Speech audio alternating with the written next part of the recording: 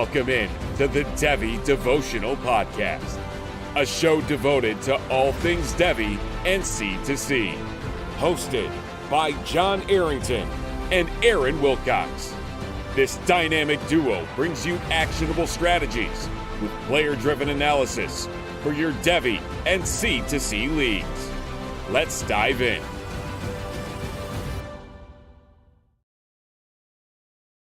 Let's dive into impressive week one players. Welcome into the Devy Devotional, where we stay devoted to Devy. I'm your host, Dynasty Coach A, joined as always by Aaron Wilcox. That's at Aaron Wilcox86 on Twitter. And tonight we're going to talk about some of the impressive football that actually happened. We actually have real football. Let's go. But it wasn't all impressive, but we did actually have some impressive players. We wanted to give it a little more time before we really poo-pooed on some of the bad play and stuff like that. We don't want to just say people are bust because of 1 week or anything like that. So we figured, let's give that a little more time. Let's just talk about who actually impressed us. And that's what we're going to do tonight. But of course, at first, we have to check in with Aaron. How are you doing tonight, buddy? Hey, I'm doing well. And you're right, that one bad game, it can happen at any point in the season, just sometimes happens to be in that first week, trying to get the jitters out, trying to, maybe integrate a new system, new weapons, whatever the case is. So if it becomes a trend, obviously we have to react to that, but one game typically is not quite enough for a trend, or at least it's the start of a trend. We have to pay attention, maybe bump a little bit, but let's not overreact excessively in most of these cases. So, but it is exciting for us to react to some of the exciting things because, well, not only does it confirm our priors, maybe just a little bit, but definitely gives us hope that they're going to be maybe a featured weapon, or they're going to be a very efficient quarterback, or whatever the case is this season. We do have to take into consideration a little bit the defenses that are being played with a lot of these weapons, just because the matchups typically are like this really powerhouse team against this, G5 program or FCS opponent, where it's not very impressive competition. So sometimes we have to take it with a grain of salt, but there are plenty of guys who impressed and put up some big fantasy point production over this last weekend. So it was great to have football back, and can't wait to talk about it here. Absolutely. We got Jamie in the chat, the dynamic duo, of course. What's up? And he says he can't stay long. He has his last draft streaming on a pod soon. Well, good luck. Go crush him. Toronto Dave in the chat, of course. And Beth, we trust. Beth is doing some of her best work right now. You better believe it. Just going off of what you were saying, I think, if anything, it's a little more telling if somebody that you already thought was going to be good is good in week one, even though we're not going to sit here and take too much away from 1 week. It's a little more telling for somebody to be that damn good in week one when you already thought they were good than maybe like somebody, didn't have the greatest game or something like that, because anything can happen. But if you have a guy that you thought was going to get 100 yards and they go out and get 150 yards or something like that, I mean, that's just, we know that wide receivers earn targets, running backs have to break tackles and do all that kind of stuff to do what they do. So I think it's a little more telling, and that's why we wanted to give it a little more time for the bus, if you will, before we, did that. By the time we do our next pod, we'll have, a couple 3 weeks in at that point, and we should have a fairly good idea of who's going to make it, who's going to bust, or at least a better idea than we do right now. But why don't we just go ahead and get it out of the way? This is one of those that you were saying, FCS opponent, weak opponent, but I just want to go ahead and get it out of the way. The most impressive contest of the week, impressive game of the week by any individual player, Jackson Dart, my baby. I mean, come on, just went out and annihilated the other team. Seemed like they could do no wrong. There was nothing they couldn't do. There's another player that, we'll probably get into here a little bit later that we could talk about as well. Or if you want to talk about him now, we can go ahead and do that as well. But I don't want to take too much away from an extremely easy matchup. But Jackson Dart going out and, not all by himself or anything, but going out and putting up 70 points against whatever team they played against, just absolutely dominated.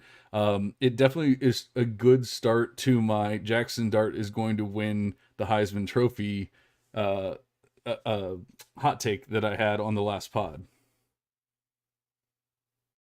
Hey, I am there with you. Absolutely. I liked that hot take, and I had a hot take about the wide receiver he's throwing to. They're Trey Harris as well for that podcast. So go back and listen to some of those. Some of them are already showing up. There's a chance. We had a hot take about Jackson Dart, like we said, Taj.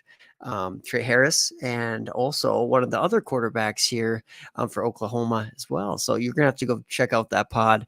But yeah, I think that Ole Miss's schedule here is just gonna be fun for the next few weeks. It's not like it's only gonna be one game of production. They play Middle Tennessee coming up this Saturday. They then play Wake Forest and Georgia Southern and Kentucky and South Carolina and even LSU. Like none of those defenses at this time make me sweat. Right, none of them are just so great, so shut down that I'm going to bench him in like my C2C league. And eventually, yes, they have to play like Oklahoma and Georgia, but I mean, I don't think that their opposition is that bad this season schedule wise. I'm really excited for what's to come, and absolutely, that's a great player to highlight. If we're going to stick with quarterbacks, there were multiple that stepped up this week. I'm not going to name some of the obvious guys, like we saw what Georgia did. They took care of business against Clemson. We don't really need to necessarily recap that.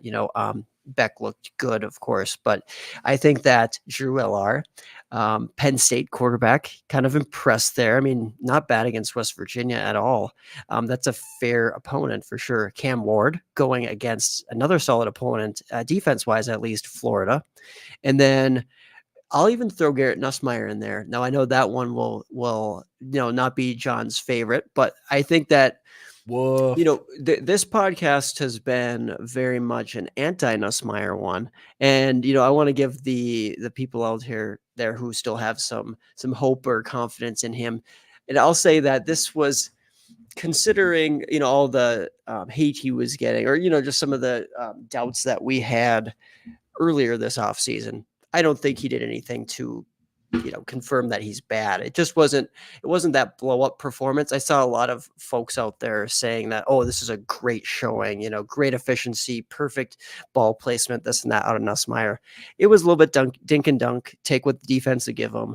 But there were some good things to be gleaned as far as his completion percentage. He was pretty accurate the majority of the time. He threw some nice he was just layering the ball pretty well, throwing with touch, and that's while missing his one deep threat wide receiver, Chris Hilton. So some things out there. I mean, Dane Brugler is saying that Nussmeier is now a possible first rounder in the class. I mean, I don't know if I'm getting there right off of this performance, but LR, Ward, and Nussmeier all kind of just promising to some degree, to varying degrees, with their week one performances. We said we weren't going to talk about busts on this pod, so I'm going to keep my Nussmeier take to myself until the next podcast. But I will agree with two of those players that you threw out there. I definitely think that. I mean, well, actually, I don't even know that I think that Beck had an amazing game, but he definitely did not have a bad game or anything like that. Like you said, it's difficult because a lot of these players are playing against pretty crappy teams. And didn't even like Jalen Milroe technically had a solid game. I think he completed like 7 passes or something like that because he didn't have to complete much more than that. Like I forget exactly what the number is. Yeah, that was actually, I view Jalen Milroe's game as kind of a negative. I wish that they would have Yeah. allowed him to throw it more. Yeah. They were They just just didn't very have to. much, yeah, Yeah. right. And it's a matter of, like you said, they don't have to, but if you're trying to get your quarterback really comfortable, maybe trying to pass more this season might not be a bad idea against a lesser opponent, but No, I getting agree that with young that. wide receiver core more work. But obviously, they're just trying to win games out there, and I get that. It wasn't a bad game. It's just one of those ones where I was not gonna necessarily highlight Monroe as an impressive guy based on just the minimal work that we actually saw him take in the passing game. Sticking with the quarterbacks, what do you think about Rocco Beck's game? We had, kind of called him out as like a player that we thought he could take a step forward this year. And I mean, I don't think that, hold on, I'm going to look up who they played against before. I just have a terrible memory, guys. I'm sorry. But going up against North Dakota, I don't know that it's exactly anything that we need to take away from, but he looked good. It's just a solid performance out of a guy that we thought was going to possibly take a step forward. I guess that's what you want to see in week 1. So, I mean, maybe nothing that we need to freak out about, but just a good sign. Yeah, pretty ho-hum week there as far as efficiency as a passer. I hope that he can continue that because he plays very tough defense this upcoming week for against Iowa. So do keep that in mind. I'm very intrigued by that matchup. But yeah, Rocco Beck, definitely want to highlight him. Potentially see, I don't really want to talk about Shador Sanders because similar to how back he was playing North Dakota, well, North Dakota State, which I would consider a much better football program. Shador did light up, so I guess we got to at least acknowledge that. But again, it's a lower level of football, and his wide receiver core is really, really deep. Like we should expect Shador to be lighting up a team like that. He has a much tougher test ahead here. I think it's Nebraska this weekend. So, and I believe that didn't end so well for Colorado last year when they matched up with Nebraska. So yeah, we should be pretty lukewarm on that. Definitely doesn't move him down, but I'm not going to move Shador way up in my ranks because of that performance either. Yeah, I'm right there with you. I need to see a lot more. He started off so hot last year, and then he completely fell off. I know there was a coaching change in there and everything, but I think it's also has to do with the defenses he's going up against and things like that as well. A player that I have not given much love to, in fact, I would say I've given a lot of hate to, that I was pleasantly, or I mean, I guess technically pleasantly surprised by, was Cam Ward. He went out and just obliterated my Gators. And it was ugly. It was so ugly. I get that the Gators team overall is not probably what they've put out there in the past few years even, or in the past few decades, but I mean, he made it look easy.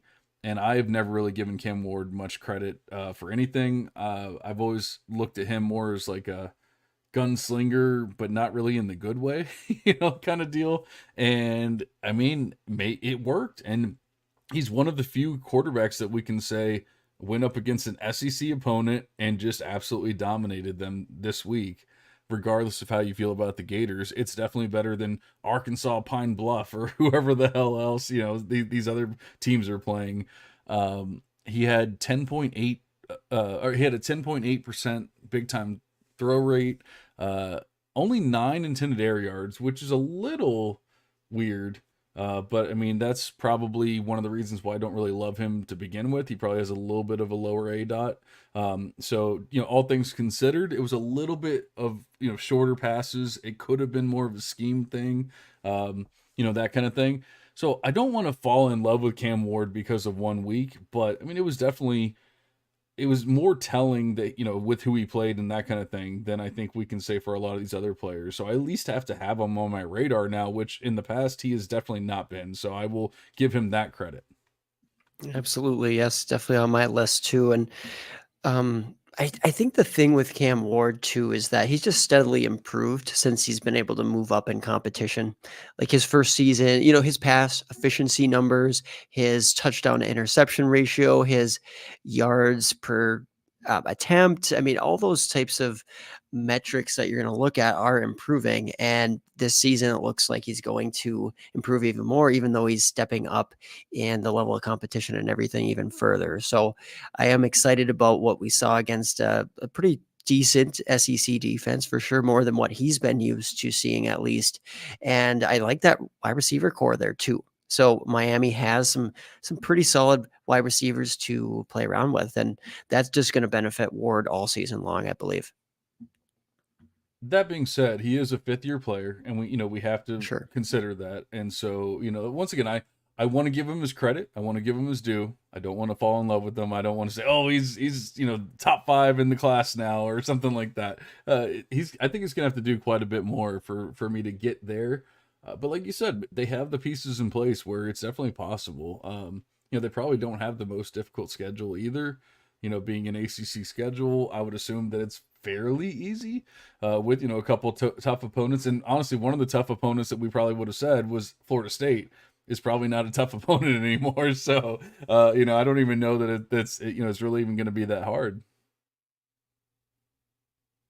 Yeah, and I mean, friend of the show, Felix Sharp over at campusdecan.com, he was talking just this week, or like, I don't know if it was the Sunday recap or one of those shows, but he was saying that NFL teams right now, I don't know if he has some sort of inside knowledge or if he's projecting what they're thinking right now or what, but he was insinuating that, I mean, he is in consideration for QB1 in the class right now from an NFL evaluator standpoint. I don't know if I'm there, based on some of the things that you're saying too, right? Like fifth year guy, but he does have plenty of starting experience. I think in a lot of ways that should give us more confidence than guys who are just kind of one hit wonders coming out of nowhere, for example. But yeah, I mean, there's still some concerns, but a promising start nonetheless.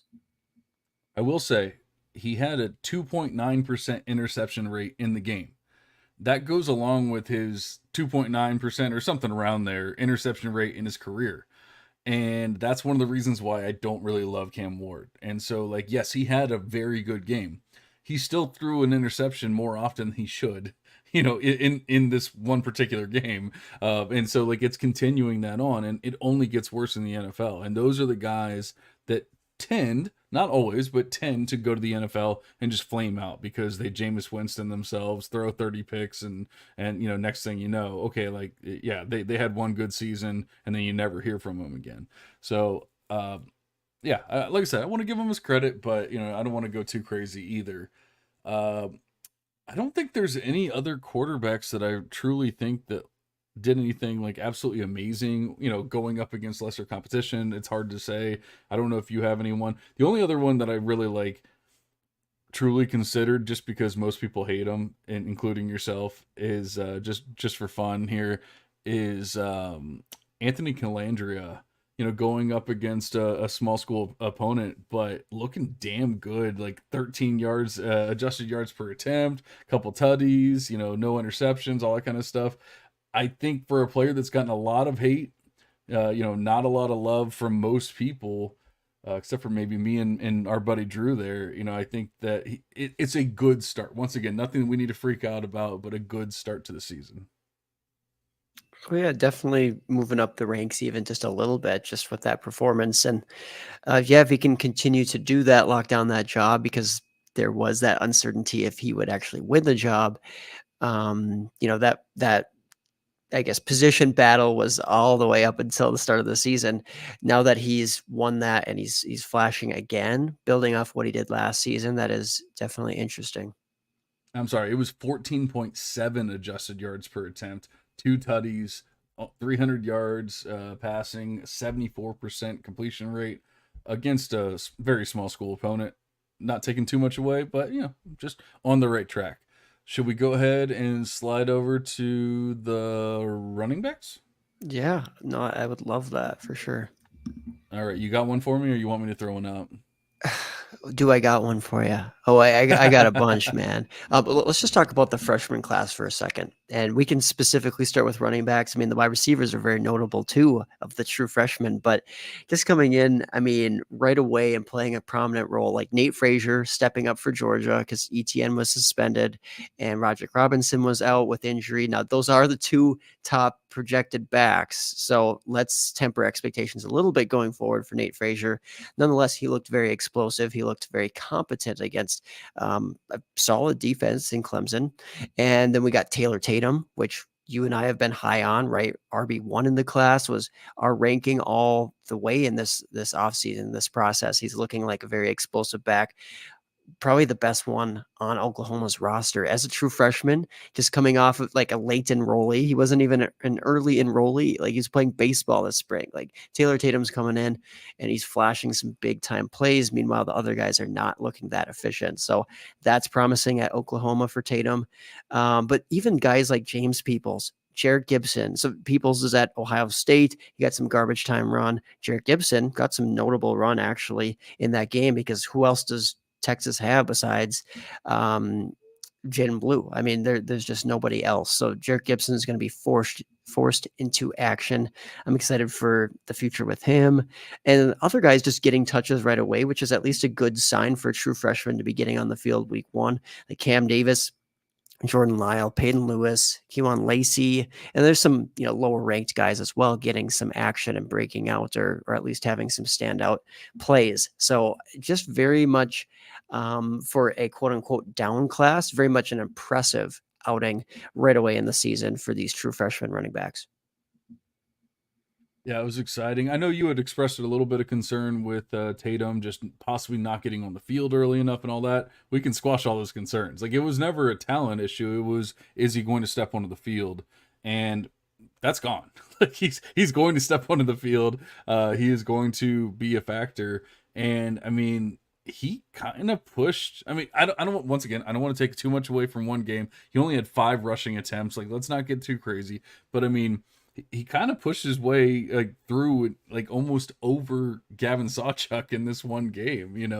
It seems kind of crazy, but like, I don't know. I don't know what the final totals were, but I remember, actually I do. I'm looking at it right here. Gavin Sawchuk had 6 rushing attempts. Taylor Tatum had 5. Gavin Sawchuk had 6 rushing attempts for 15 yards. Taylor Tatum had 5 for 69 yards. And a tutty. So I think that, I mean, one game, whatever, but you saw the explosiveness. You saw the reason why we loved him, why we thought he was the number one back in this thing. And that's another thing. A lot of people, and I don't want to throw everyone together or anything but a lot of people were hating on Tatum because they were concerned he wasn't going to see the field as early as they wanted. It never seemed like it was a hatred of his talent or anything like that. It was, is he going to see the field? Like, come on, guys, we gotta stick to the talent. Like, the talent always shines. The talent always shines through. I mean, I get sometimes, like, there's that you just want to scream, and you're like, that one coach that just won't put a player in, and like that kind of thing. Right. Obviously it does happen. I'm not saying it doesn't, but man, when you believe a guy's a talent, you just got to draft him. Well, and I agree with you that you definitely have to prioritize the talent, but there were a lot of folks who actually didn't think he was that talented. Like, they said it was down class, A, and then B, they also just didn't really value him as like a top 5 talent at the position in the class, which I think was crazy. But that's, again, everybody, can be higher on some guy. Everybody can miss, basically. I'm just going to say that, right? Everybody can be wrong. And I guess I always took it as more people were hating on him because they didn't think he was going to see the field than hating on him because of his talent. But maybe I'm wrong. Yeah, no, I saw a lot of questions about the talent, and let's not, victory lap too much with 1 week, but very, very promising start. And Gavin Sawchuk did not necessarily look good. So certainly I'm not that enthusiastic over Javonte Barnes. It looks like he's gotten over his foot issue, the bone issue apparently with his foot last season, which plagued him. Bone, and then, right? Yeah, right. That good old dead bones alive again. Yeah, right. They did some sort of, I don't know what they injected into there, right? Yep. And Caleb Hicks just not really playing a role. He was a guy who, understandably, people were a little bit worried about if he would get some carries, but nope, wasn't active or didn't receive any carries, I guess. So wheels up. And, I mentioned a couple other guys. Was there anybody else, I guess, out of that freshman running back group that you really wanted to highlight? I don't think so. I was wondering though, do you guys do voodoo rituals at your PT clinic? Oh, for sure. Yeah. Anytime we're dealing with dead bone, we do that. Yeah. I guess I'm trying to think of I'm trying to think of any other running backs. Why can I not think of his name? Who's the running back for Florida State? The freshman running Cam back? Davis. Yeah. Cam Davis, thank you. Obviously Florida State is having some issues right now, but he is touching the field as a true freshman, and they have a lot of options. They might not be the most amazing options, but just the fact that he's touching the field is still promising to me. So I think he's like a buy low target at this point, because like people are going to be really out on Cam Davis, really out on Florida State, like all that kind of stuff. We were very high on him as a recruit. I don't think anything's changed. And like I said, I think him seeing a few snaps here or there is pretty telling, or pretty promising at the very least. And yet he's probably going to get kind of glossed over just because there's nothing sexy going on at Florida State right now. But did you ever think that Cam Davis was a year one or a week one kind of prospect? Like, oh, he's going to be playing, he's going to be winning me matchups in week one. Like, I don't necessarily think so. So nothing's truly changed, even if it's all the way to next year or whenever. Nothing's really changed. I still believe in the talent. So I guess that'd be the only other one that I would truly touch on. He hasn't done anything like amazing yet, but like I said, just promising that he's already in that mix, because they have like 5 running backs that they're trying to figure out who they want to put in there. So just the fact that he's already out there is still promising. Yeah, no, I like that he's getting involved, and like you said, he hasn't really broken any big plays yet, and he's just a man amongst boys. So I guess I'm not that surprised that he's getting involved. It was kind of a matter of time with him, and like you said, we want to trust the talent, but at the running back position, it's always tough because versus at wide receiver, maybe 3 different guys can start at once. Well, at running back, really only one guy can start at once. And yes, they can mix in guys. That's becoming a very common, even more of a common thing nowadays for sure, to have, one guy come in one drive, or at least spelling guys on the same drive. But yeah, we don't know how these coaches are going to give the touches to the running backs, but we know that wide receivers always earn the touches. So maybe transitioning to some other running backs would be smart here. But I am excited to get into the wide receivers here in a minute. Absolutely. So I had, well, no, I guess I'll get into them a little bit later, because they're smaller school, and it was something that I had questions about in drafts this year. Who do I go with, that kind of thing. So we'll save that one. All right, Jonah Coleman, Washington. I think he was a player that I really kind of fell in love with, or air quotes, whatever you want to call it. He was, at the very least, he was on my radar. And I was just like, hey man, like I gotta get me some Jonah Coleman. And I got him in a couple drafts this offseason and everything. And he went out and looked pretty damn good in week one. Putting up some quality points. I want to say he put up like 30 something points for me, 34 points or something like that in my C2C league. Obviously great for the campus side, but the thing is, I think that Jonah Coleman has the Devy aspect to him as well. And so just another one. I hope I'm not getting bamboozled like I did with Dylan Johnson, because I kind of felt the same way about Dylan Johnson, and like that has not worked out. In fact, I was talking to our buddy Timmy Nubbs earlier today, and he's a big Dylan Johnson fan as well, and he's just like, how is he not on a team? And I said, I don't get it. I get that the NFL just doesn't care about running backs right now, but some of these players that it's just like, I get you're not Bijan, but like you could be on a team, like it doesn't make any sense. Yeah, right. I do think that there's a little similarity there, because you think about like the former Pac-12 type of production. Well, that's what Coleman has had the luxury of doing thus far, is that type of competition. And yes, Washington is no longer in the dissolved Pac-12, but he played Weber State. So it's one of those deals where I understand, the 3 touchdowns, the 7.9 yards per carry. That's very impressive. He seemed like he was the clear lead back. So I'm excited for him this season from a CFF standpoint, especially in those favorable matchups. I don't know that Washington's going to be this great team this year. So, a guy who could fade down the stretch, but it's still interesting. I think he could be drafted, day 3. Absolutely find a role somewhere. A guy who I just question a little bit of that big playability. He's efficient as a runner. So maybe like Audric Estime in some ways. I guess like he's a big guy. Like Jonah Coleman's listed at almost 230 pounds. And so it starts to get a little bit on that big side where I'm like, is the NFL really going to put a priority on drafting a guy like that? But he's been efficient as a rusher, so we have to consider that. He's no slouch out there. He can even catch the ball a little bit. So, yeah, that's a good shout out with Jonah Coleman. All right, I know you wanted to kind of move on to the wide receiver, so I guess we'll go ahead and just talk about my 2 players here. I all off season long, I kind of was going back and forth. I was really high on Quali Conley in like going into the off season, and then Ja'Cory Krosky Merritt ended up transferring over to the same school, and I was already kind of high on him, even though it was the transfer in and everything.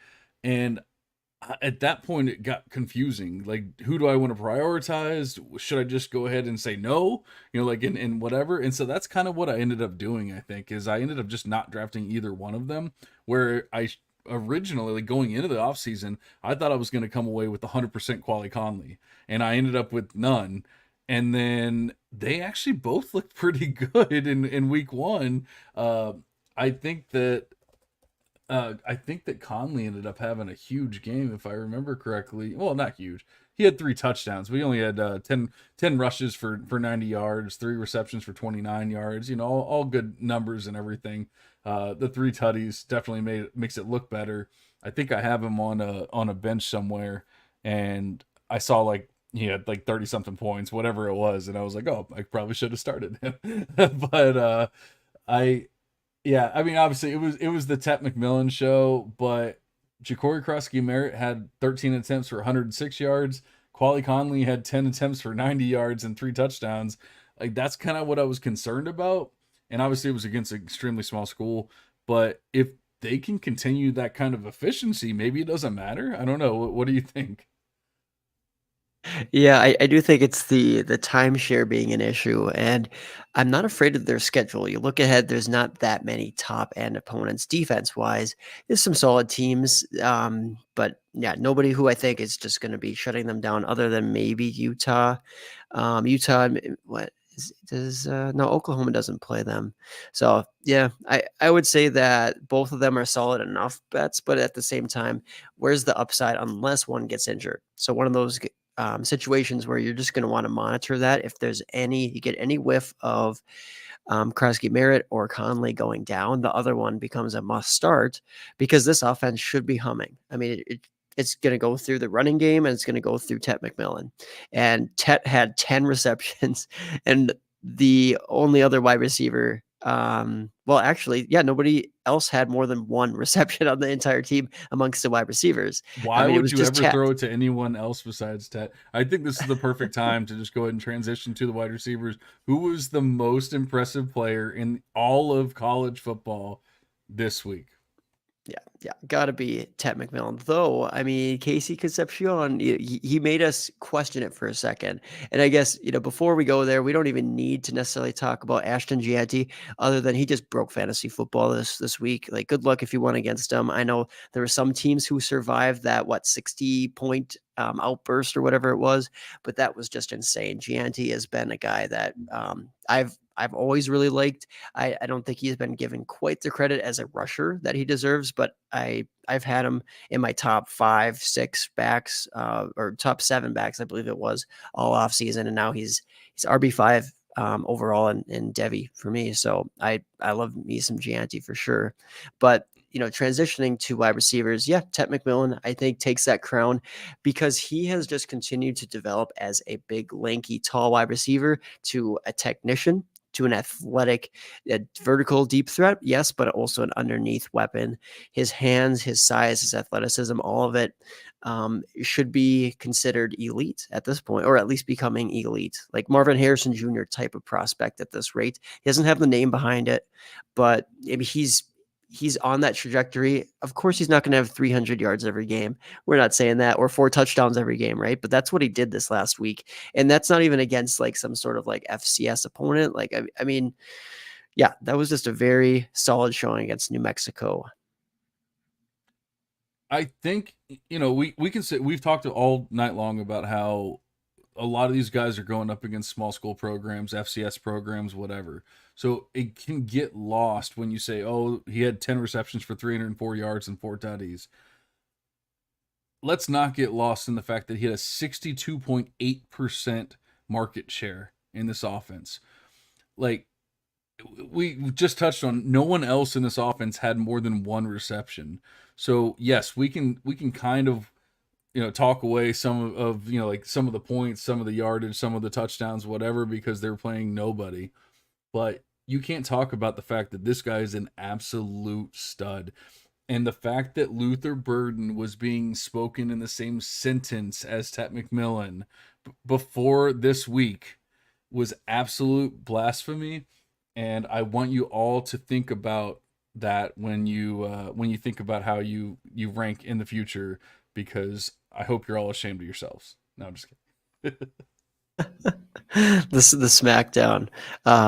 It's not a Devy devotional though if we don't talk smack about Luther Burden, or when I say we, you, but but yeah, no, I mean Ted, he is in that tier alone now, and he deserves it because he's just an awesome player. We won't talk about the fallers or guys that we have concern with, but Burden, not the strongest start, but they didn't really need him against that level of competition. So grain of salt, right? We're not talking about the fallers in this episode, but Evan Stewart, let's keep an eye on him, another top end guy who just did not impress at all either. So yeah, it'll be interesting to see how those guys bounce back. But talking about another guy who excelled this week, Casey Concepcion, I mean, he's coming off a 9 reception, 121 yard, and 3 touchdown performance. He had 14 targets. He was a featured weapon for NC State, and he was really all they could get going consistently. I mean, yes, there was some other wide receivers, tight ends that were involved, but I mean, Rogers and Jolly, they were just second fiddle to KC, and we thought maybe the volume would go down with him, but so far that's not the case. He was very impressive, kind of doing the same thing he did last year. He's not going to win necessarily down the field. They're not sending him down the field, really. I mean, it's not even that he cannot do it, but it's just one of those deals where they want to utilize him close to the line of scrimmage, jet sweeps, little dink and dunk passes to him, and just let him just be a stud after the catch. And he did that. So I'll be very curious to just see, maybe they can open the offense up and get him involved down the field. Still, that's my biggest concern with him is he more than just a slot weapon? As of right now, he is not, right? He is just a slot weapon, but that can still be serviceable at the NFL level. It's just that we have to temper our expectations a little bit if that's all he's going to be. So I am still watching with a lot of intrigue if he can take that next step. He's got time. He's still a very young player, but Casey Concepcion, no doubt, very promising that he's still involved to this degree in the NC State offense. Yeah, that game was kind of a roller coaster for me because I went in with high expectations for Grayson McCall, for the entire offense, and it kind of started off slow, like really slow. Um, I I should and I need to give Concepcion his credit, his due, because I went on the Devy University pod and kind of said like, oh, I think he might get kind of pushed out and like that kind of thing. And it definitely did not happen. That being said, I watched that entire game. Um, there was nothing exciting except for that one play. There was one play. I think it was like he caught it. He broke a couple tackles. Like went for 30 yards. That was okay. He's him. Like that was an exciting play. That was it against Western Carolina. So like yeah, like he's great. We know he's obviously a focal point of the offense. Nothing has changed. Like it was never a hatred or dislike of Kevin Concepcion. It was a is he going to be that guy? And I still don't know that I can 100% say he's going to be that guy because he had one really nice play against Western Carolina. Um, if he's going up against not Western Carolina, does he have that same play? And that's the only concern. He's going to get targeted. He's going to get his chances. So he's a player that you should have on your Devy rosters. He's a player you should trade for, all that kind of stuff. I'm with you though. Like I still worry about the 100% upside. The ADOT was still really low. Everything about it was still really low, whether it's him or the scheme or whatever. But Wesley Grimes was involved. Noah Rogers was involved. Justin Jolly was involved. Like all these other players were involved, but it ended up being a lot of dinks and dunks because, like I said, the offense wasn't nearly as good, or maybe it was the offensive line, whatever it ended up being. Like just the offense in general wasn't necessarily as exciting as I thought it was going to be in week 1 against Western Carolina. It was a lot more of those dinks and dunks and short routes and stuff. So I just wonder if teams start, accounting for that, do we start seeing other stuff and that kind of thing? I don't know. It's 1 week and it's just really difficult, but I only saw the one play, although that one play was really special looking. Yeah. Well, some concerns are valid, but I mean, he had 3 touchdowns. Like they just couldn't deny him like I mean, he was ripping off guys, trying to tackle them and getting into the end zone. Like, I think even though he wasn't breaking like the 50-yard plays, right? That would be awesome if he was every play. He was still, considering where they got him the ball, still very impressive once he got the ball in his hands. So, yeah, I'll be interested to see if they can evolve into more than just a dink and dunk offense. As far as other wide receivers, I mean, we have to mention Travis Hunter, a guy that I've always been a big fan of. If he commits to the wide receiver position, well, he played a lot at the wide receiver position this last week, just dominated as the focal point in the offense, kind of winning all over the field, but especially in the red zone. And he was playing extensive defensive snaps as well, just like he was last year. And yes, the overall production, it's never going to be as high as a guy who just commits completely to playing on the offensive end. Energy wise, it's not possible. And just snap wise, he's going to have to be off the field sometimes, but it didn't really matter week one. He dominated with 3 touchdowns, 7 receptions, 132 receiving yards. Travis Hunter showing off those big boy ball skills and some of the route running that we want to see. He still needs to take a step forward. I'm not saying he's like a top 2 wide receiver in this class, but certainly after Tet McMillan, there's somewhat of a drop off. So there's still opportunity for him to skyrocket in this class. Definitely have to like what you saw out of him. If there's any doubt of him, like, okay, he's going to commit more to the defensive side of the ball, I think that if anything off of this performance, we say, dang, he's got some momentum going as an offensive weapon. I'm going to go ahead and double down here. I just don't think he's good. I really think that Travis Hunter, like my comp for him is Terrace Marshall Jr. Like he can go up, he can score tutties, he can do pretty nice things for a team, a college team. But when it comes to the NFL, he's just not that guy. And he's not a route runner. He's not much of a separator. People lost their minds about the touchdown. And don't get me wrong, it's exciting seeing a guy fight through arm tackling and all that kind of stuff to go catch a touchdown. That's exciting. That's not happening in the NFL, guys. Like, that's just not going to happen. So yes, it's exciting to see a guy beat North Dakota State. We need to see more. And so, I think people get caught up in the touchdowns, and that's why I'm mentioning Terrace Marshall Jr. It's not even necessarily 100% comp or anything like that, but it's just that people get caught up in the touchdowns and they go, look at this guy, like he's scoring so many touchdowns, like he's just that good. And then they go to the NFL and they can't do anything because, yeah, of course they can score touchdowns. They're big and fast and whatever in college. They're not actual NFL wide receivers. I'm just not there yet. I just can't believe that he's a true NFL wide receiver yet. He has an entire season to still prove me wrong. I'm not there after one game. Yeah. And I mentioned that too. He definitely has to develop that route running skill. But the thing is, a guy like that has so much natural talent to do so. His footwork, all those types of things, the twitchiness to his game. You can see that on the defensive side of the ball too, the way he breaks on the ball and just anticipates things and can move so suddenly. He can translate to the offensive side. He just needs to dedicate that time towards it. So he's making steps in the right direction with that. I think we'll hopefully see a little bit more nuance. Where versus NDSU, I mean, he just had to bully guys. Like, it was just simple. Like, he just goes a couple yards down the field and just outplays them to catch touchdowns. I mean, simple as that. Against better competition, we will get some answers here, hopefully.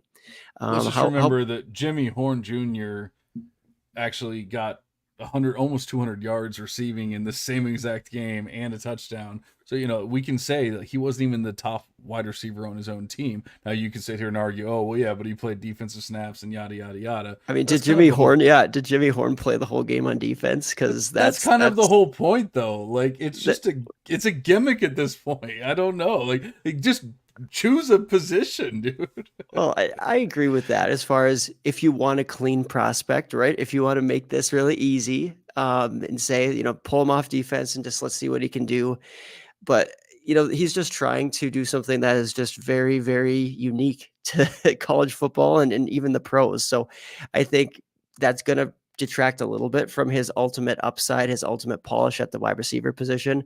But I still think his talent could be there easily. So I think it's obviously a performance we have to highlight if we're talking about guys who were impressive Oh, of course. on the week If he one. goes out and gets into the Big Ten, like and starts dominating or whatever, Big 12, where the hell they're in, he starts dominating. I can never remember it with all the conference changing and all that stuff.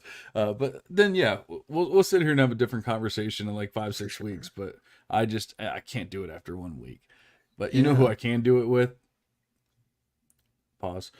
Trey Harris. I love the guy, man. I think that I think we were all about Trey Harris last year. He kind of had some injury concerns and stuff going into like the middle of the season, kind of hindered his abilities. It kind of hurt him and the offense in general. Goes out week one once again. Very small school program, but just absolutely dominates in the market share, dominates in the scoreboard, dominates in everything. It's looking like it's going to be the Trey Harris show. Are you on board? Oh yeah, I stay on board. We are there. We've been there. I love the call. Definitely showing out, and like we highlighted earlier, Ole Miss they just have a great schedule coming up. I mean, more opportunity for him to stand out. Antoine Wells, yes, he is an explosive player. He's like a 6-year guy who I think is fine at the game of football for sure. Like I think he can fill an NFL role as well, but yeah, Harris is he seems like the alpha in the offense, and we kind of predicted that going in. I like that we're able to see him actually show out right away and that he's healthy. That's awesome to see. So I think that was a cool thing this week. I will say that Antonio Williams quietly had actually a pretty solid game, bounce back game for Clemson. 6 for 76 yards against Georgia with, keep in mind, Cade Klubnik passed for 142 yards, 0 touchdowns, 1 interception. Georgia just had the clamps on the whole entire team, but out of the 142 passing yards, Antonio Williams had 76 of those against Georgia. So I thought that was pretty notable. I'm not going to tout him as like a top guy in this class, but as a guy who I liked a lot coming into college, those are the things that we need to see out of him if he's going to climb back into relevance. And I think he's put a good start to the season. We just really need to see him dominate, because at the end of the day, there's a lot of other talent there, young talent coming into Clemson, and he needs to stand out if he's going to be a significant, Devy asset, a future NFL player. Honestly, I can make the same exact argument for Antonio Williams that I was about to make for Trey Harris. Like he doubled up anyone else in receptions. Both players did, and doubled up anyone in yardage. Both players did. So and now you can make the argument that Antonio Williams was going against one of the best, if not the best, defense in all of college. But that's also why we're seeing 6 for 76 rather than 6 for 179 or whatever it was that that Trey Harris had. So that's why we're seeing those numbers. But we can still look at the market share and everything and say Antonio Williams had a solid game. And I picked up on that, watching the game as well. And I've never been a big Antonio Williams fan. At least, well, I guess maybe like now you could call him a post-hype sleeper or anything, but like when he was getting hyped, I was not there. I was not one of those people hyping him. Now, we've been fans of TJ Moore. He was at least on the field, 1 reception, 7 yards, better than nothing, better than we see from a lot of people. Bryant Westco Jr., that people were getting really hyped about, 1 reception for 5 yards. Once again, at least he's on the field. At least he's seeing something against Georgia. This isn't, oh, well, he saw the field because we were up by 70 or something like that. So, like, these are good signs for these players. I don't want to hate on anyone or anything, but I think that, at this point, we have to assume that Antonio Williams is going to be the one going forward. Right. Yeah, it's good to see him healthy, and that's something didn't really see it all last year. His freshman season, he was somewhat healthy, but he just wasn't quite as explosive as we had hoped. So let's just hope that he takes that step forward, because he needs to, right? He needs to show more explosive plays, that he's not just another slot weapon like a Casey Concepcion or Tez Johnson. Like, I mean, I'll shout him out. He had a good game, but he was just not, his ADOT was 0. I mean, that was his role in that Oregon offense. That's all they needed him to do. That's not characteristic of him necessarily throughout his career. He can win, but he's more of a slot weapon again. So we're talking about a bunch of slot options here. How high are we going to get on them? I'm not really sure. But, what Tez Johnson did to vastly outproduce Evan Stewart and all the other talent at Oregon, and out target them. Like, he had 13 targets and he caught 12 of them for 2 touchdowns. So like, Tez had a solid game. I'm not going to like use that as the argument of saying like he's elite. No, but he's a guy I've liked to a degree, capped upside certainly, but I think he's going to have a solid season. Like Dillon Gabriel, he's going to start getting more comfortable in this offense. He had a hand injury too, I believe, this game. So that caused them to kind of just rein in what he was doing. He wasn't throwing downfield because something was going on. They were like, is he going to come out of the game? Like, why is he shaking his hand all game? That's the reports that I was hearing, though I didn't watch the whole game myself. So Tez Johnson, certainly a guy that we need to, respect, because we've seen small guys who are quick stand out in the last few drafts. I mean, Xavier Worthy and then Tank Dell the year before. And, skinnier guys can make a difference in today's NFL. But, we have to make sure that Tez Johnson is actually that type of athlete and all that. But yeah, good start to the season for him. Yeah, I was going to mention that earlier because you had talked about Evan Stewart, and I just wanted, like, that game was really weird. And honestly, I did not watch any of that game. So I just saw, well, I won't say any. I watched like highlight. I watched clips of the game, but I remember people, and I was watching people respond to the game on Twitter, and they were all like, "What's going on? Like, Oregon's gonna lose this game, and like this and that, and all that kind of stuff." And I didn't know anything about the hand injury or the possibility of him coming out or anything else. It was just like, oh, what's wrong with Dillon Gabriel? And I thought they were saying like, what's wrong with him? Like, is he not good anymore? Like that kind of thing. But maybe he was actually injured, and maybe that's the reason. But the point of the story is it was just so many dinks and dunks. And like, it's one of those games I really don't want to take too much away with. Like really, really. Because it could just be a guy in a new system that things just didn't work out. It could be a hand injury. It could be so many different things. But I think we know that Dillon Gabriel is a pretty good college quarterback at the very least, and that I think things are going to be just fine in that Dan Lanning offense when it's all said and done. So I'm not overly concerned about that.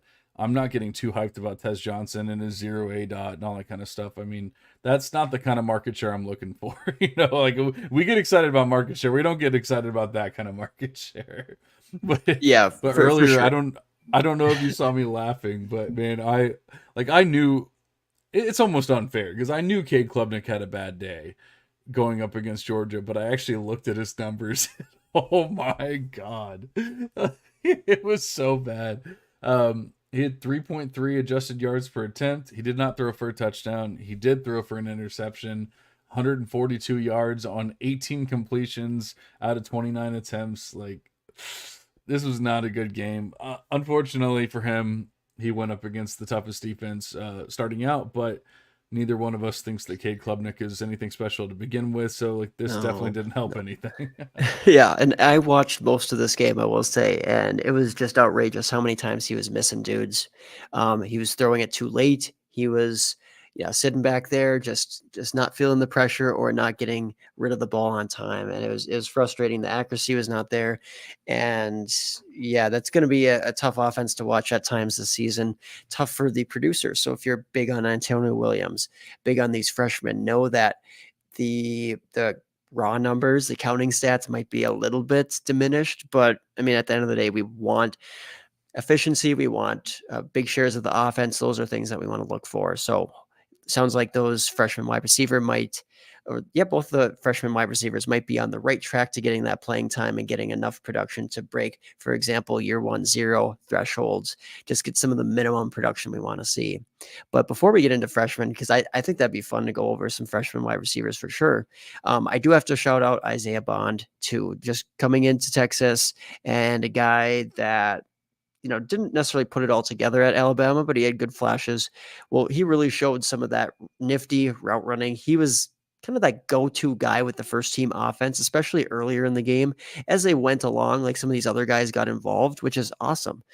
We saw Jonte Cook show up later in the game, which was nice to see. But the go-to guy was Isaiah Bond, and Matthew Golden actually stepped up too into a prominent role. That was one guy that I had been kind of fading. I mean, neither one of us have been big Matthew Golden guys, and that might end up being a mistake. I don't know. He was not supposed to be playing a prominent role, and Golden stepped up into a prominent role as well. But Isaiah Bond just looked the best out of those guys. And I do think that he has the athletic talent. Now he has that route running that you're starting to see really carve up defenders. Again, you don't want to take too much away from, shredding Colorado State, but it was just impressive that he was kind of the number one target and very efficient when they did decide to target him. So at least a guy that we're not going to hype excessively, but we need top guys, wide receivers in this class to step up. And Isaiah Bond is taking the good initial steps that you want to see transitioning into an offense, right? This is his first year at Texas. Yeah, I'm with it. I don't want to take too much away from that game. Like they just ran all over them, and they got open, but is that going to happen against every team? They looked good. That's all we can say right now. But I need to see more. That's all I will say. A player I would like to see more of, although he's been around, was a player that I was fairly high on maybe 2 years ago, I think it was, and kind of just fell off my radar, and then all of a sudden jumped or skyrocketed back onto the radar in week 1, and it was Jack Beck out of TCU, tight end out of TCU, or wide receiver, tight end, hybrid kind of guy, whatever. Going up against Stanford, 6 receptions, 139 yards, a touchdown. I know that he's probably like a hybrid guy or whatever. Like I know it's not like overly exciting or anything like that, but man, he looked pretty damn good. And at one point he was kind of on my radar as like a possible NFL guy. He since has kind of fallen off because he made the switch from LSU to TCU and all that kind of stuff. But starting out week 1 with 140 yards isn't a bad way to kind of get back on there. Yeah, I mean, I think I'm there with you as far as like he was surprising, but past that, I saw him like he was available in one of the C2Cs I'm in. I'm like, I just can't put any fab towards him at this point. Maybe that'll be a huge mistake, right? Because he's tight end eligible in a lot of C2C leagues. But for me, I just think it's a little bit of a flash in the pan. Looking what he's done this far in his career, he's just never been a super explosive guy. He has been able to earn targets, which is at least notable and important. But no, I don't have a lot of hope as far as him being a huge, big time weapon. I don't think he's an NFL tight end, and I don't think he's necessarily good enough to make it as a full time wide receiver either. But at the end of the day, we have to highlight and give him credit for what he did, because it's not like he was going against the worst competition. And I mean, he was earning targets out there in what should be a pretty solid offense. So that's the problem is like there's so many guys. Like we can sit here and we can talk about Dante Thornton, actually kind of a surprising guy for Tennessee, going up against a lackluster defense, going up against a very small school program. Big plays. Are those big plays always going to be there?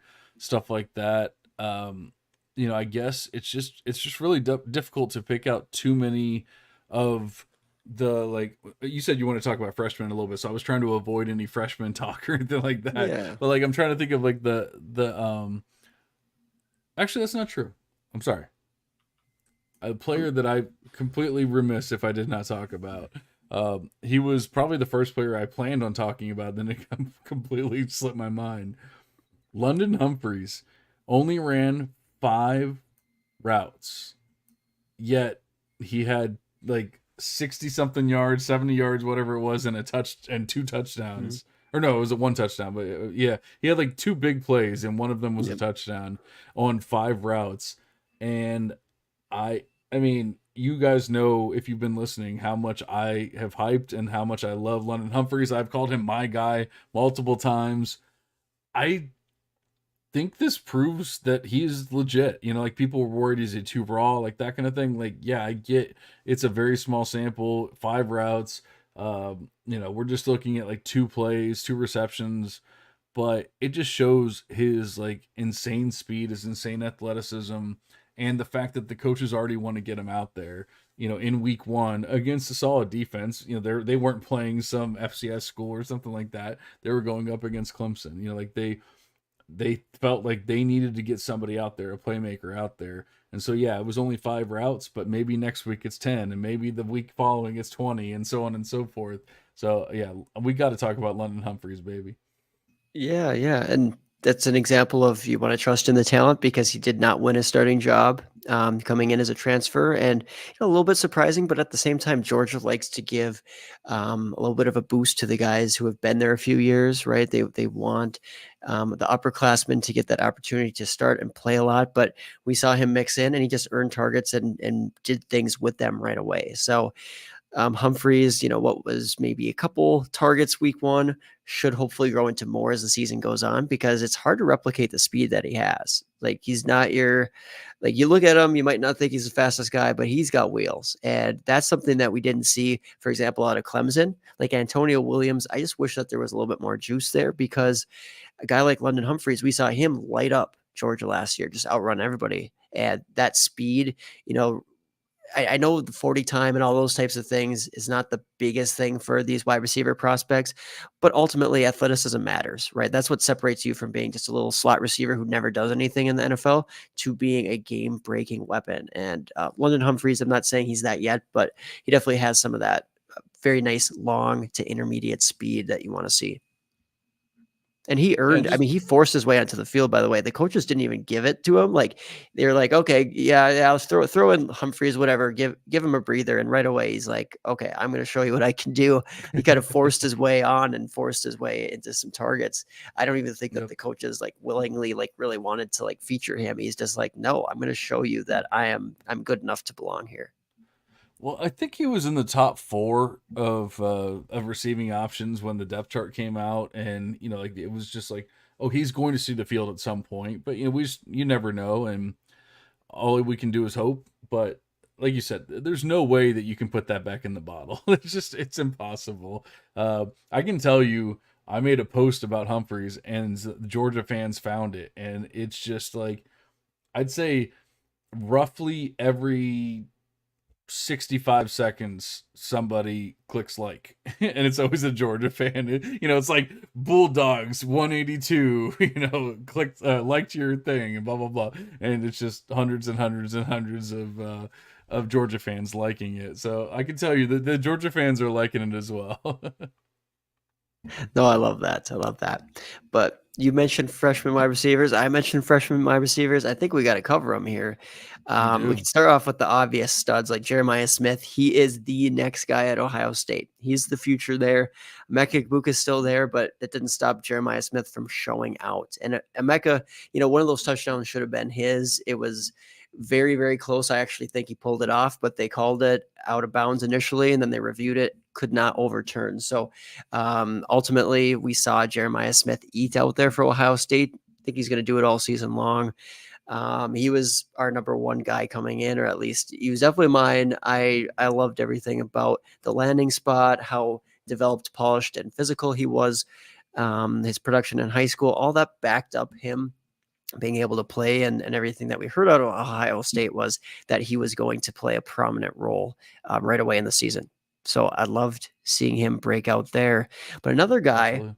highly touted guy that, yeah, Do you remember who was tied in Fresh Beth Yeah, I was going with to Jeremiah Smith? segue into the next guy here, actually. Yeah, because I mean Ryan Williams, right?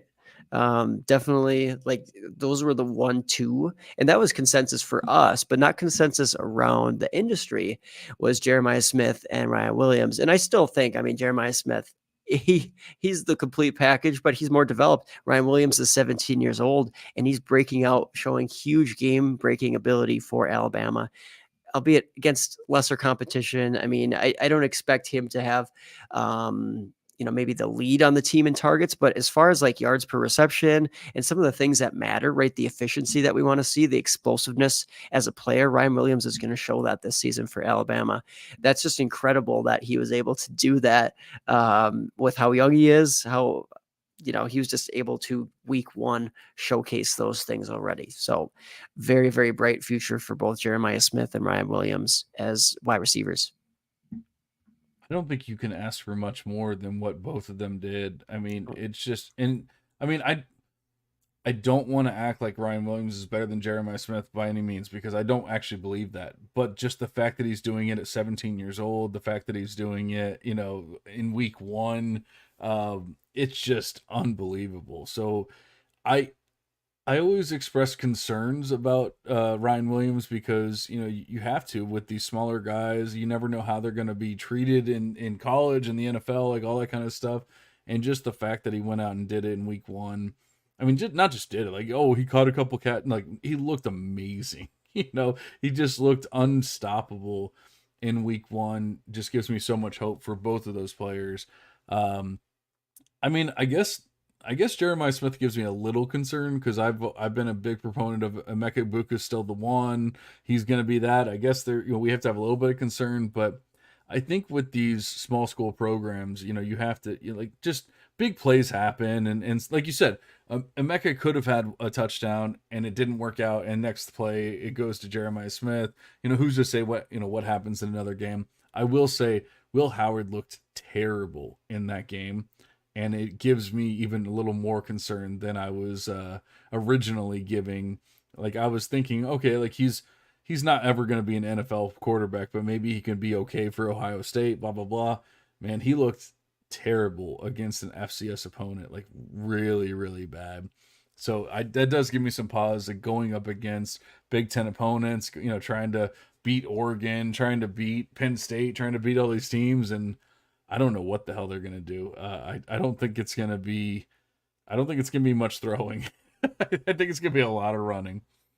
Right. Yeah. There'll be a lot of running, but with weapons like they have, you think that he's not going to be like a 70% completion percentage type of guy. That's just never who Will Howard has been, right? He is a guy who he'll have those misses out there and that'll stall out drives, but he also, when you need him to scramble, when you need him to convert on some third downs and plays like that, he'll step up. So I do have some hopes and some faith to a degree that he'll be able to run this offense in somewhat of a, I'm not going to call it efficient, but somewhat of a productive manner. So Will Howard, I mean, he's lucky that he has such great weapons to throw to, because I mean, if there wasn't that out there, he'd definitely be struggling even more so. But he started slow. He definitely heated up as the game went on. So, new offense, those types of things. I'm not going to say that that it's already a failure just based on 1 week, but certainly a slow start. I don't think that he's right now looking like a huge upgrade over like a Kyle McCord or anything like that. But definitely gives them that mobility that they're gonna need if they're going to try to advance this year for sure. I agree. Were there any other freshman wide receivers that you were looking at or that caught your eye this week? Absolutely. So there's a trio of them actually, all for the same team, Auburn, just showing us how to recruit, how to get after freshmen. I believe they had four true freshmen show up pretty big time. Three of them really having a lot of success: Perry Thompson, Cam Coleman, and even Malcolm Simmons, who I will be honest, I was not in on Malcolm Simmons because we both liked Cam Coleman a lot. Perry Thompson was a highly rated guy. Malcolm Simmons was not on my radar, but he was a 4-star guy. I mean, he was within the top 30 wide receivers for 247. Like, he was pretty good in this class, and he had the best day of them all. So Auburn is just showing us some things at the wide receiver position, recruiting wise and now production wise, that we haven't seen in quite some time. So again, it's not like they blew up and each one of them had like 8 receptions or anything like that. They just flashed their big playability and showed that, okay, these guys are going to actually play somewhat of a role this year. How many of them truly break out in a meaningful way? Probably only one of them, like long term, right? But we know that Auburn, this is not your standard Auburn, which is just struggling to find any sort of playmaking talent. It has some there. They just need to, put it together. And that's going to be tough, right, with the quarterback play there. But I don't think it's a total disaster either. I like some of the pieces that they're putting together there with that wide receiver core for the future and even the present this year. So, I mean, I wanted to highlight Auburn guys, but I'll go ahead and also hype up one of the guys that I've come around to, the guy that I've made the biggest change, the biggest swing with in rankings and whatnot, Ryan Wingo for Texas. He was playing meaningful snaps early in that game. He was earning targets up there with the best of them, the Isaiah Bonds, etc. He was right in the thick of it, getting targets underneath and further down the field too. So Ryan Wingo ended up with an impressive performance. Steve Sarkisian loves him at Texas, and I think he's just forcing his way into some targets, forcing his way onto the field. I think he easily breaks some of the year 1-0 marks, assuming he stays healthy, of course. But yeah, Ryan Wingo, impressive week 1, getting out there, earning targets. Yeah, going back to Auburn real quick, I do want to, and you already did, but I want to throw a little bit of water on the fire with, like you said, none of them like truly stood out. It was 3 receptions, 2 receptions, 1 reception, whatever. Sam Jackson, a converted quarterback from Cal, had 1 reception for 37 yards and a touchdown. Like these are things like it. We can be excited that Cam Coleman, Perry Thompson, and even Malcolm Simmons got on the field. Keandre Lambert Smith is the most proven player, and he was up there as well with the 3 receptions, 80 yards, 2 touchdowns. I feel like Keandre Lambert Smith is going to lead this wide receiver core when it's all said and done. Unfortunately, like I don't think he's amazing or anything like that. I just think that he's the most proven. He's a 5th-year player. Like I just feel like he's going to do it. But the fact that they've said like, hey, we don't have anyone else. We want these guys to be out there is definitely a good thing. I would just say I'm not freaking out about any one particular performance. And then as far as Wingo, like you said, it's kind of the same thing. Like at least we saw him get on the field, all that kind of stuff. Having watched that entire game and having seen what Quinn Ewers looked like in the beginning, I mean, I guess you could say like all these guys are going to shake off a little bit of rust in the beginning of the games and everything, but just going up against not great talent, like Ewers looked pretty bad to begin like the game. He kind of came around later on and everything, but then we saw Arch Manning, a guy who with no experience whatsoever, come in and actually look better than him, complete like every pass, score touchdowns, not throw any picks. That pick was just god awful by Ewers. Like you can't do that kind of stuff against small school programs if you're going to go out and beat these Michigans in week 2 and later on, go beat an Ohio State in the playoffs and that kind of thing. I worry about that entire wide receiver core once they're actually playing legit competition, just because I think we saw Ewers at his best last year with Xavier Worthy, who, I mean, we've already seen just in the preseason and like, just all the hype he's getting, everything, like how amazing he is in the NFL.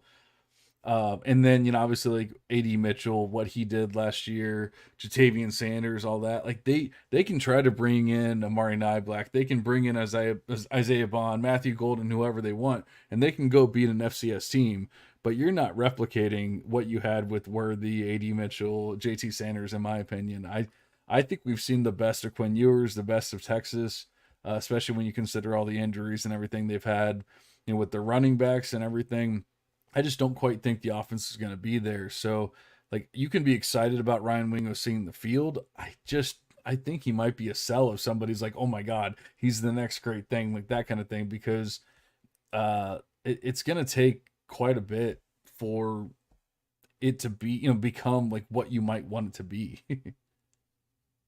Yeah, I mean, I get it to a degree, but Texas is putting out wide receivers to the NFL draft like nothing else right now. Like just talent in general, right? Running backs and wide receivers. You look at what is the future? Well, you're very excited about Arch Manning. Well, guess who Wingo is going to have the next 2 years or 1 year, however long Arch stays for. I guess he has to stay another year. It's going to be Ryan Wingo and Arch Manning. Like, I mean, that's just going to be an awesome pairing. And I'm saying that, I'm not trying to say Bond can't have a big role. Obviously, I just talked about Bond earlier. And I mean, Matthew Golden's there, Jonte Cook's there. Cook will be there for 2 years. But at the end of the day, Ryan Wingo stepping up day 1 as a true freshman has to mean something. And like you said, it doesn't have to be huge target shares, I still think that's very much noteworthy. So yes, we might want to rein in excitement as far as like, okay, is he going to be a freshman wide receiver going for 1,000 yards? Nope, that is not what we're expecting. But I don't think folks are probably reacting enough to the Wingo involvement week one. So I want to make sure that we do that. We at least acknowledge that that is definitely a stock up situation there. Absolutely. All right. Well, is that it for the freshmen, or were there any other ones that like truly stood out? Honestly, I I'd kind of forgotten just because I kind of just uh I kind of like took that game with a grain of salt, so I kind of forgotten that Wingo even had like a decent game or got on the field and like that kind of thing. But like I said, I kind of took that game with a grain of salt once, and I like Arch, but like once Arch came out and just looked absolutely amazing against the same exact defense and everything, I was just like, all right, yeah, why are we getting excited about Quinn Ewers and Ryan Wingo and whoever else? Like this is what they should have done against a very bad opponent. Yeah, it was exciting to see Arch out there, but at that point in the game, that defense was worn down, and they were doing what they wanted out there. That's for sure. But I will throw out, just a couple more names. We already touched on T.J. Moore and Bryant Wesco. They're not going to blow up in this Clemson offense this year, but they should be able to do the necessary things to, get on the field, break some of those thresholds we want to see. They're getting early playing time. That's good for their future prospects there. Hopefully it continues at Clemson. And then Caleb Odom quietly was involved for Alabama. Again, it's a blowout game, but true freshman getting some run. Hey, he was more productive than a guy like Jeremy Bernard. Absolutely. I mean, that is exciting for Caleb Odom, who is their best big guy, right? Their large wide receiver. He has the movement skills of a wide receiver, but he has the size of a tight end. It's pretty exciting for sure just to see him get at least a few catches out there for Alabama. Again, we're not freaking out over it, but just checking it down as far as another freshman getting on the field, getting involved at one of these big programs who we know can churn out wide receivers. You look at what DeBoer has done. You look at what Alabama does year after year, or at least historically, put out some good wide receivers, that's for sure. So I like it for a guy that I already liked coming in. I don't know that Odom's going to necessarily dominate this year, and he's got Ryan Williams ahead of him, right? We have to give that priority to Williams. But besides those guys at Alabama, the other guys they have there are not necessarily these elite playmakers, these elite players. I think we could be seeing some of the future at Alabama even right away this season. Some of these true freshmen stepping up. Oh, sorry, muted. I think I unmuted myself and then muted myself again. Do you think Ryan Williams could actually be 19 years old going into the NFL? I don't know that, because I want to say that I don't remember his birth date, but like I want to say that he's still 17. Like he's actually started the college season at the age of 17. And so, I mean, technically going in, if he were to go into the NFL draft after his third year and everything, like that would be wild. So he was born on February 9th, 2007. Oh, wow. Right. That's pretty wild. So, oh man, but it's a February birthday. So yeah. My son was born in 2011, so like 4 years later.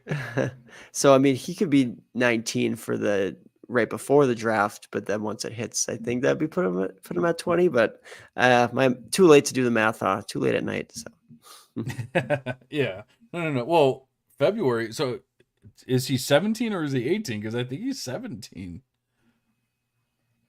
We'll figure it out. We'll talk about this again. We'll figure out the math. But I don't know, it just popped in my head. I'm like, could he possibly be 19 years old going into the NFL draft? Like, I think it's a possibility. But maybe I have been drinking, so maybe someone will be like, no, that's not how math works. We'll figure all that out. But there's another player that I think we were both pretty big fans of in the past. Unfortunately, he is a sixth-year player, so like we have to pump the brakes a little bit. But Isaiah Nayer going over to Nebraska, going up against easy competition and everything, but absolutely doubling up everyone else on the team. The most receptions, twice as many yards as anyone else, a touchdown. obviously connected with a young, promising prospect in Dylan Raiola. Can we get excited about Nayor, or is this just hey, they went up against a pretty crappy team, and don't get your hopes up again, John. It was all said or it was all over once he went over to Texas. All I can say, I'm a little bit sad that I traded him, right? Roster cut downs, and I was like, he's kind of at the bottom of the list. One of those guys, dart throw. You liked him a couple years ago, type of thing. He was still sitting on my roster, so I traded him for a later round pick for next year. And I don't necessarily think it was a bad move. Definitely not in hindsight. But now I'm like, oh, maybe there's some intrigue there again. But oh man, that is tough to really expect a huge rise out of him.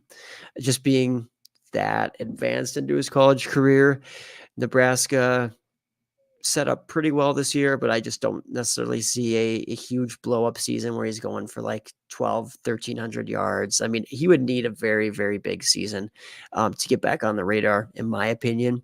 So Nair probably still in that like day 3 type of category, even with a solid season this year. So I'm excited to see it, maybe for C2C leagues and just for Nebraska in general. Great to see Raiola out there. Definitely a guy we could have mentioned tonight. Very much a nice start to his career. And he has an experienced guy in Naor there and some other weapons that are pretty nice at Nebraska. So I like what they're building. And that is a name I have not heard in a while. Cue the Obi-Wan Star Wars meme there. Yeah. Right. Well, and that's what I'm saying. I think at this point, first, second, third round is just completely out of the picture. But could we get like a 6th round Isaiah Nayor in the 2025 NFL draft, and then he goes on to be a solid producer for your fantasy team? And by solid producer, I mean like a flex option that you use here and there, like that kind of thing. I think he can be that, and so it's somebody that you need to have on your radars. Honestly, at this point, if you still have him on a Devy team, you probably held him too long, honestly. But anyway, I guess at this point, don't cut him. But for C2C purposes, I think we can have the slightest little bit of hope for Devy purposes for Nayor, which was kind of lost. And it sucks because we were both extremely excited about him when he was going over to Texas, moving over from Wyoming. Is that right? Yeah. I mean, just the things that he did at Wyoming, how good he looked. Obviously, we always worry about the step up and all that, but just goes out and demolishes his knee after that, and really just wasn't quite the same after that. And that's why we're talking about a 6-year player. But here he is, looking pretty good. Another player that looked pretty good, and by pretty good, I mean this is another kind of Elike Manor kind of deal where he had a 62%, 63% market share. Colston Loveland, I don't even know the actual numbers, but I mean, it's got to be 80%, something like that. 80% market share, something right around there for Michigan. 8 receptions, 87 yards, and a touchdown. They only threw for 121 receiving yards. Like that, they only threw for 121 yards. Davis Warren was extremely bad. Alex Orji was better, although he only threw it 2 times. So what can we say is actually better? The fact that he got benched for Davis Warren is probably enough to show that neither one of them are going to actually be good. But I would say that Colston Loveland is actually #good. Well, I am glad that you're thinking so, because my top Devy tight ends have been Colston Loveland and Luke Lachey pretty easily this whole offseason. Still there. I think those are the 2 that are really going to end up popping. Like they're separating themselves more so. Just one game, but I mean, they were already at the top there. I do think that there's a little bit of separation starting there. I mean, I just don't really see who else is necessarily breaking out into that same top tier. So hopefully you have some of them on your rosters. Maybe you should go acquire them. I mean, at this point, it's kind of tough to want to trade for a tight end, but Loveland, just you got to love the ball skills there. There's enough athleticism.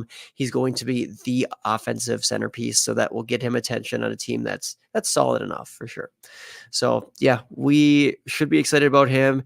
Should be excited about Luke Lachey. looking like he's pretty healthy at Iowa as well.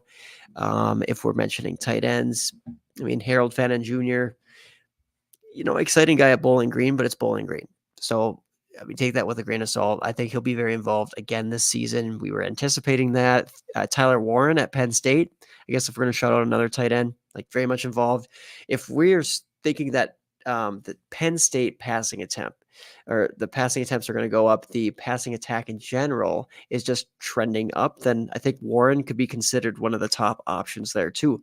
So very much a guy that week in and week out, we should be paying attention to, because we know how Penn State tight ends test, how they prepare those athletes when they go to the NFL. And for him to transform a little bit of, or at least add some athleticism, I just think that Warren's a very interesting guy as a tight end sleeper in this class. He's not necessarily like a deep sleeper. Most folks know about him amongst the tight ends, but certainly a guy I want to shout out for sure. And I'm considering starting him kind of week in and week out in leagues where I don't have another top end option. And maybe not to the same level as Loveland, but similar is Aronde Gadsden. And I know he doesn't get a lot of love for whatever reason. People kind of think he's a tweener or something like that, and maybe not. I mean, they definitely don't hold him to the same standard as they do with Loveland. But you're looking at a guy that led his team in receiving, 108 yards and a touchdown, 7 receptions. I don't think there's much to hate about Gadsden. And obviously, like that, it was kind of always like, oh yeah, he's going to be good for CFF purposes, but he's not going to be good for the NFL. And I don't get it. Besides maybe like size concerns or something like that, I don't necessarily understand why we're hating on Gadsden. So I don't know if you have an actual opinion there, or if you just think that, like obviously, like I think people know that Colston Loveland is very good. Like that's never been a question. But like I said, maybe it's just me, but I feel like people have always kind of hated on Gadsden. Like, nope, CFF only. He's never going to be anything in the NFL. Yeah, right. He's just one of those forgotten players. You take a year off and you think, okay, well, what has he done for me lately? Nothing. And he's a converted wide receiver to that tight end position. So we see how that plays out like 9 out of 10 times. Not so great, but he's done a lot of really, really good things at a solid size. It's not like he is 215 pounds. Like I think he's in the 230s now. So he's not that far away from being an Evan Ingram type. And that's for me, the comp. I mean, I'm not saying that they're perfectly stylistically, but they are more of that wide receiver type who happen to play at the tight end position. You're not going to ask them to be this big blocker on the goal line and rushes, but you are going to see them as weapons in your offense. And Gadsden at least will give you some college production and attention this season from a production standpoint. So yeah, I think there's a bit of Devy intrigue there. He needs to get back in everybody's tight end rankings across the industry for sure. All right, getting a little bit of love. Yeah, I think it's just kind of forgotten, and I don't think you should be. I don't know how exciting Syracuse is going to be this year. They didn't honestly look amazing. I mean, Kyle McCord threw for 354 yards, 4 tutties against Ohio, I think it was. But nothing too exciting. But like I said, Gadsden led them in receiving by far. Most receptions, most yardage, only receiving touchdown for a wide receiver. I think we gotta actually look at that and say like, hey, this is something we can project forward. But I think we've done a pretty good job of covering all the players that we can kind of give some love to, because like I said, it's really difficult after 1 week. We love to get actual data and all that kind of stuff, but I will tell you, at least from my own standings, I really like at least 3 weeks of data for Devy Beth and for regular Beth before I really start feeling comfortable about anything. Aaron being more of a film grinder, maybe he feels a little more comfortable after 1 week of just saying like, hey, I saw this guy run this route, and like there's not too many guys that can run that route and do this or do that. And maybe he can say after 1 week, I feel pretty comfortable about this player. I will say that I definitely cannot do it after 1 week. I need a little bit more data. Yeah, right. If you're going to confidently move a guy up into super high in rankings. You just need some support from the previous year, basically, like continuing and building off of that, essentially to really be confident with 1 week's worth of data or even 2 weeks worth of data here. So don't necessarily give up on a guy or send a guy all the way up the ranks based on 1 week. Unless it's Ashton Giante to the moon. Giante is looking good. So, but just kidding. No, very impressive week 1 for him. Exciting to see what's ahead for all these CFF producers. That's for sure. Absolutely. I was going to say Tet McMillan, you can absolutely believe in his week 1 performance because he is just that dude. Easily the wide receiver 1, if we didn't mention it before, the only tier 1 wide receiver 1 in this class as of right now. Obviously could change, but as of right now, the only tier 1 wide receiver. We will obviously get back. I think on the next pod, we will be talking about maybe some busts or players that we're concerned about, like something of that nature. I think at that point we'll have a pretty good idea of just players that are just not showing up. And that doesn't necessarily mean that they won't, because I've seen it happen too many times. I remember, and this might actually be a good recall for people, but I remember 2 years ago saying, why, this is before the season started, before college season started, why are people so high on Quentin Johnston? I just don't get it. Like, he's not that good. And yet he was being talked about, oh, he's a top 3 receiver in the class, blah, blah, blah. He went out, did absolutely nothing for like 5 weeks. We were all like, all right, well, he just sucks. Like, no big deal. It's over.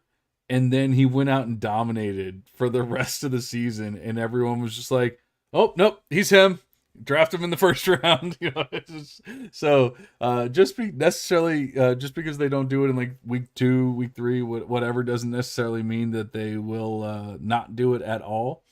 But I will also say, take every week and use it.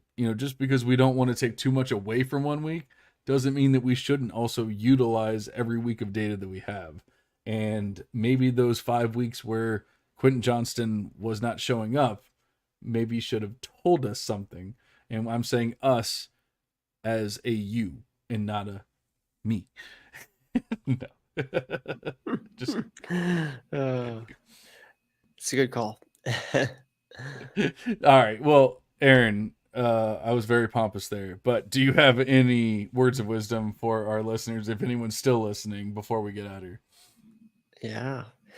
Well, I think we already gave out some great advice there, just not to overreact necessarily. The world is not, going to implode, and these guys, if they disappoint 1 week, have some faith that they can turn it around. But if you are curious of who is falling, just tune in a couple of weeks here. We will talk about some fallers, some guys we have concerns about, and get you kind of all the up-to-date news then too. Absolutely. And the good news for you guys as the listeners are, even though I don't post all that often about particular college players or whatever, my co-hosts from both of my Devy pods do. they tend to post more than I do when it comes to like, chatting up a player, doing whatever, like just talking about a particular play or whatever it might be. So make sure you're following Aaron at Aaron Wilcox 86. Make sure you're following Andy Starr at A Star FF on Twitter, because they're both putting out tweets, threads, just conversations, whatever, talking about all these players, all these games, all that kind of stuff going on. Like I said, every once in a while I do it. I tend to more put out rankings just because that's just my thing. Like, I like ranking players. And so it's just easier for me to not stick to like game by game or play by play or whatever, and just say like, these are the 5 best of this, these are the 5 best of that, and like that kind of thing. So that's what I tend to do, and I definitely plan on doing that. So obviously make sure you're following me as well. Make sure you're following the podcast, subscribe, like, do all that kind of stuff. Let us know that you're enjoying the podcast on the Optimus feed, and obviously make sure that Optimus knows that you love us, you love them, all that kind of good stuff. I guess we already got words of wisdom. We don't need anything else. We're going to go ahead and cash out. See you guys.